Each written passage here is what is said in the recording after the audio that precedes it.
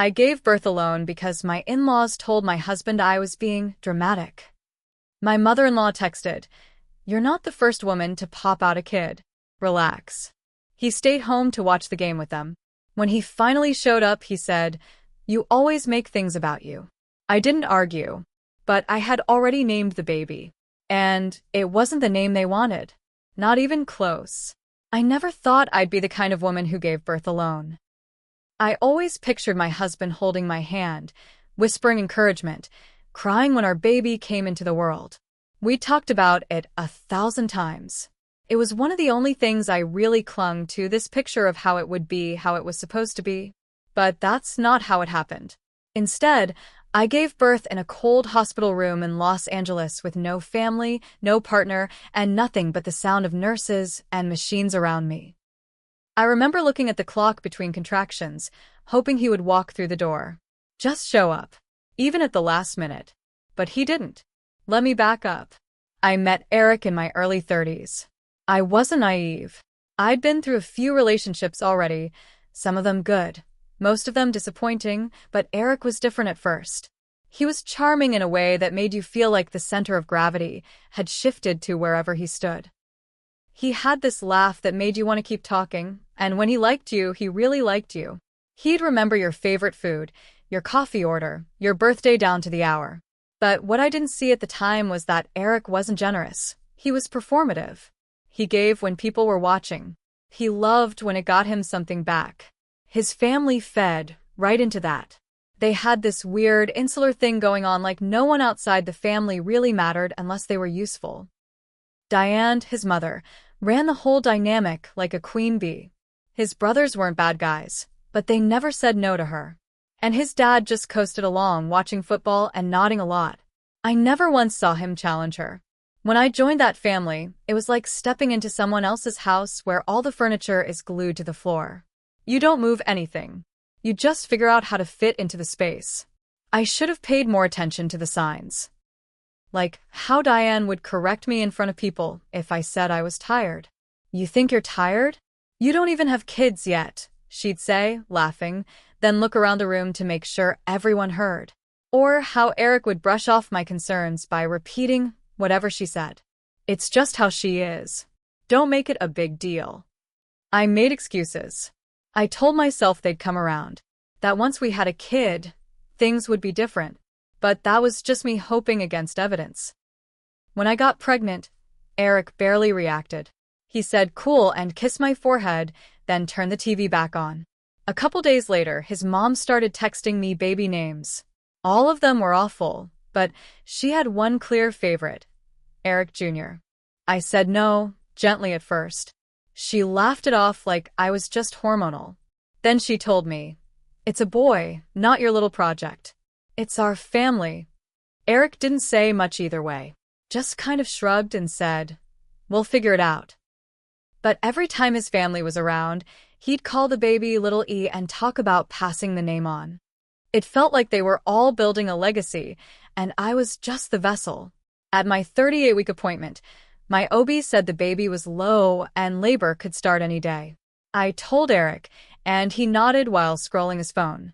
"Cool. Just let me know when it happens." Then Sunday came. I felt it around 10 a.m. The tightness. The ache. I tried to time the contractions, and they kept coming, regular, strong. I texted Eric, who was at his parents' place in Pasadena, watching the game with his dad and brothers. I told him it was time. His reply was instant. "Are you sure? Don't freak out. Just breathe. I'll come if it's serious." I called. No answer. I called again. Nothing. The pain got worse. I felt like I was splitting open. I threw up twice in the sink. I sat on the bathroom floor and cried. Then I called a Lyft and told the driver to take me to Cedars-Sinai. He asked if I was okay. I lied and said yes. When I got there, they rushed me in. I was dilated to 6 centimeters and climbing fast. A nurse asked where my husband was. I just said, watching the game. Around 3 p.m., I got a text from Diane. "You're not the first woman to pop out a kid." Relax, winking face with tongue. I stared at the screen like it was poison. I didn't reply. I gave birth at 4:11 p.m. to a perfect baby boy with a full head of hair and wide, alert eyes. I was soaked in sweat, shaking, and couldn't stop crying. It wasn't joy. It wasn't even relief. It was grief. Eric showed up at 7 p.m. holding a Starbucks cup. He looked at me like I had done something wrong. I didn't think it would go that fast, he said. Then, when I didn't say anything, he added, "You always make things about you." I didn't argue. I didn't scream. I didn't throw him out. I just handed him the birth certificate and watched his face. Miles Elijah Grant. Not Eric. Not Junior. And not his last name. He blinked. "Where's my name?" I said. "You weren't there. So I didn't think you'd want it on there." He laughed like I was kidding. But I wasn't. What he didn't know, and what none of them knew, is that I'd already met with a lawyer. I'd already started the process of separating my finances, preparing for a custody agreement, and documenting everything. They think they shut me out. But I was just getting started. After the birth, Eric didn't say much for the first couple days. He'd show up at the hospital, stay for an hour or two, mostly scrolling through his phone, barely making eye contact with me or Miles. I think he was embarrassed. Not sorry, embarrassed. He kept trying to play it off, acting like it wasn't a big deal. "The baby's here. That's what matters." He actually said that. Like it didn't matter how or who got him here. The day we were discharged, Diane showed up unannounced. She brought a blanket she'd crocheted with Eric Jr. stitched into the corner. I didn't even take it out of the bag. She walked in like she owned the room, kissed Eric on the cheek, and said to me, "So, you'll be fixing that name on the certificate, right?" I didn't even look at her. "No," I said. "It stays." Her smile disappeared so fast it was like someone flipped a switch. The silence after that moment was heavier than the hospital air. She turned to Eric and said, "You're really going to let her disrespect the family like this?" He looked at her, then at me. And he just shrugged. That was the turning point for me. That moment told me everything I needed to know about where his loyalty really was. Back at home, it got worse. Diane started showing up almost daily to help, but really just to criticize. She'd say things like, "Poor Miles, not even getting his father's name," or "A child needs a real man around." Eric never told her to back off. He'd laugh or pretend he didn't hear. He kept calling Miles Little E, like saying it enough times would make it true. And any time I corrected him, he'd say I was trying to cause drama. 2 weeks after the birth, I found out he'd already told his family we'd agreed to revisit the name later. That was a lie.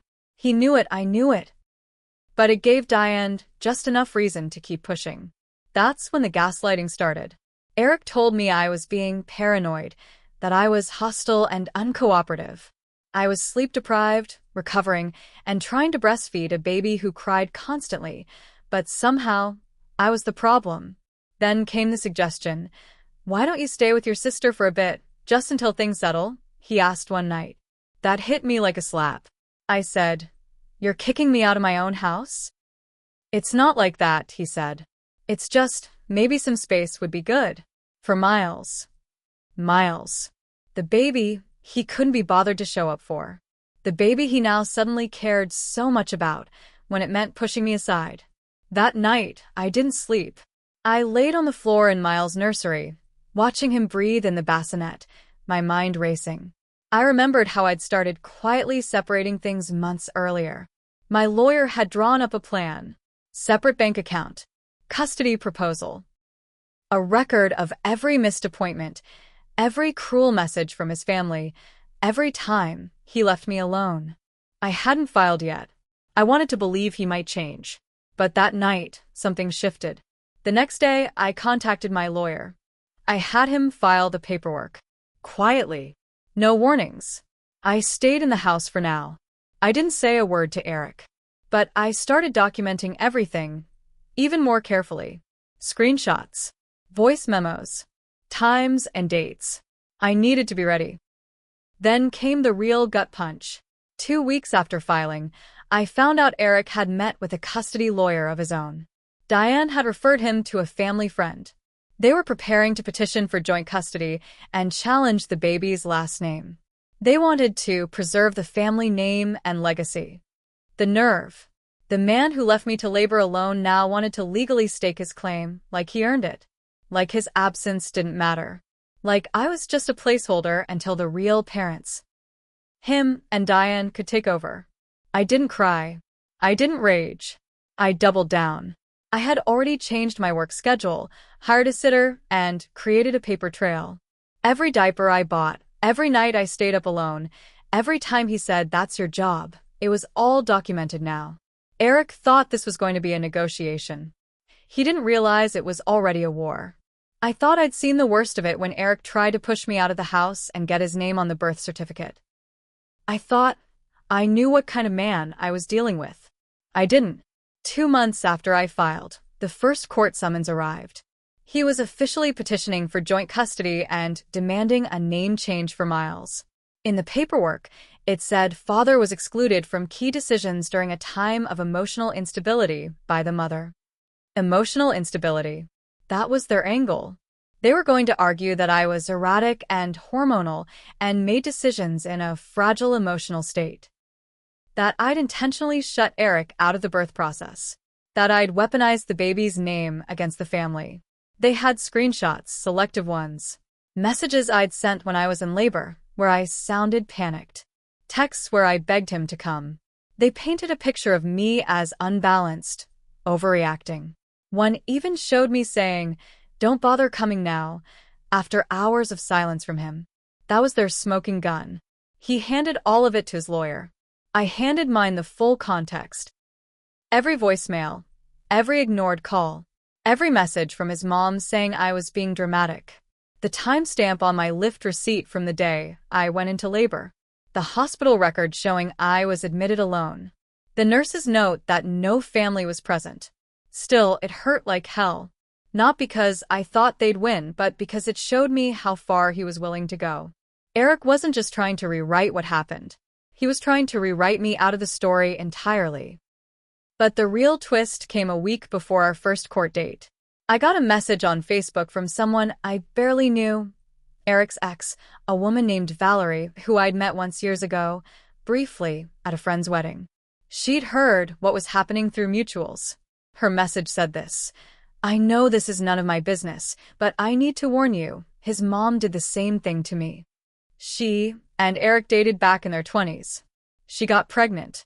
Diane didn't like her. She told Eric the baby might not be his and pushed him to wait it out. Diane offered to pay for a paternity test, then ghosted her once the results came back positive. Valerie told me she lost the baby during a late miscarriage. She went through it alone. Diane never said a word.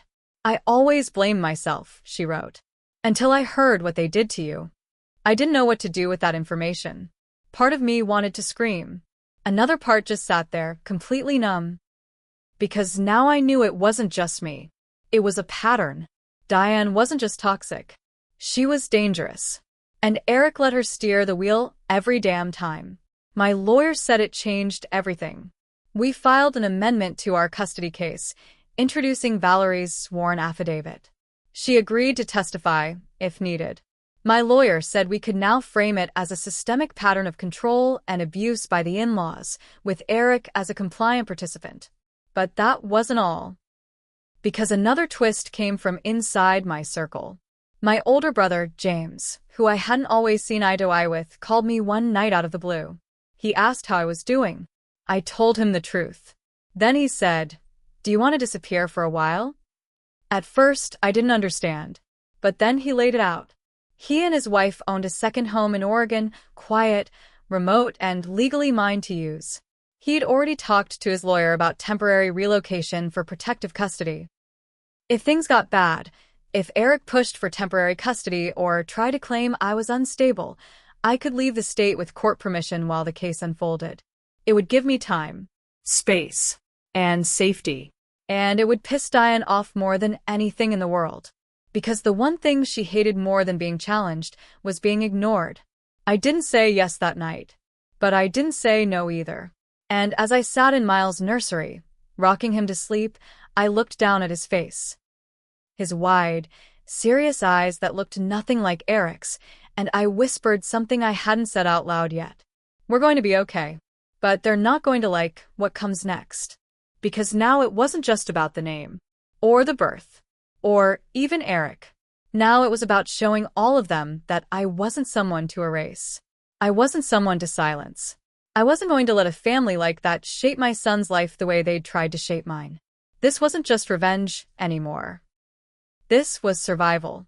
2 days before our first court date, Eric sent me a message. No griting. Just, let's be civil. This is all getting out of hand. I didn't reply, because he was the one who handed my pain over to a lawyer. He was the one who let his mother mock me while I screamed through labor. He was the one who let his family convince him that I was just a vessel, a thing to get the air out. So I let the silence do the talking. When we showed up in family court in downtown LA, he looked calm, Polished. Diane was with him, of course. Red lipstick, pearls, blazer like she was there to speak at a country club luncheon, not a custody hearing. Me? I came alone. I didn't need backup. I had documentation. My lawyer went first. She laid it all out. My Lyft ride to the hospital, his lack of response during active labor, the text from Diane calling childbirth, popping out a kid, the timeline of communication, the name pressure, the witness statement from Valerie, Eric's ex, outlining the exact same manipulation pattern Diane tried to speak from the back row. The judge shut it down. Then Eric's lawyer tried their angle. I was hormonal, unreasonable, emotionally unstable, that I deliberately kept Eric from the birth, that I excluded him from the naming process. But they weren't prepared for what came next. I had recordings, legal ones, voice memos I took in California, where one-party consent is enough. I had Eric clear as day saying, "Just don't make it a thing if I'm not there. You're making everything about you again. We can figure out the name after she chills out." I also had a voicemail from Diane. "If you're going to be dramatic, do it somewhere else. The men are watching the game." It was over right there. The judge ruled in my favor. Sole legal custody. Full physical custody. No change to the name. Supervised visitation for Eric, for now. Zero legal standing for Diane. But I wasn't finished. That night, while Eric's family stewed in their own bitterness, I packed up Miles and left for Oregon. My brother's place was a quiet house on a wooded ridge. No noise, no drama, just space. I didn't tell Eric we were leaving the state until I was already gone. I sent him a message through my lawyer. "Miles is safe. We'll be back when I'm ready." Let him feel the absence. Let Diane sit in that echoing house and realize she wouldn't be part of this boy's life. Not now. Maybe not ever. They thought they owned him before he was even born. They called me dramatic, unstable, ungrateful. But I gave birth alone. I named him alone. I raised him alone. And now I was free legally, emotionally, financially. And that's when I changed my name too. Not for show. Not out of spite. But because I wanted nothing tying me to them anymore. I became the woman they didn't expect. Not broken. Not bitter. Bulletproof. A year later, I got a card in the mail. No return address. Just a plain envelope with shaky handwriting. Inside, a photo. Diane, holding a knitted blanket. Alone. A sticky note attached. I made this one just in case. His real name this time. Eric Jr. I threw it in the trash. I don't need them to learn a lesson. I don't need an apology. Because every day I look at my son's face, and I remember. They erase themselves. I just handed them the pen.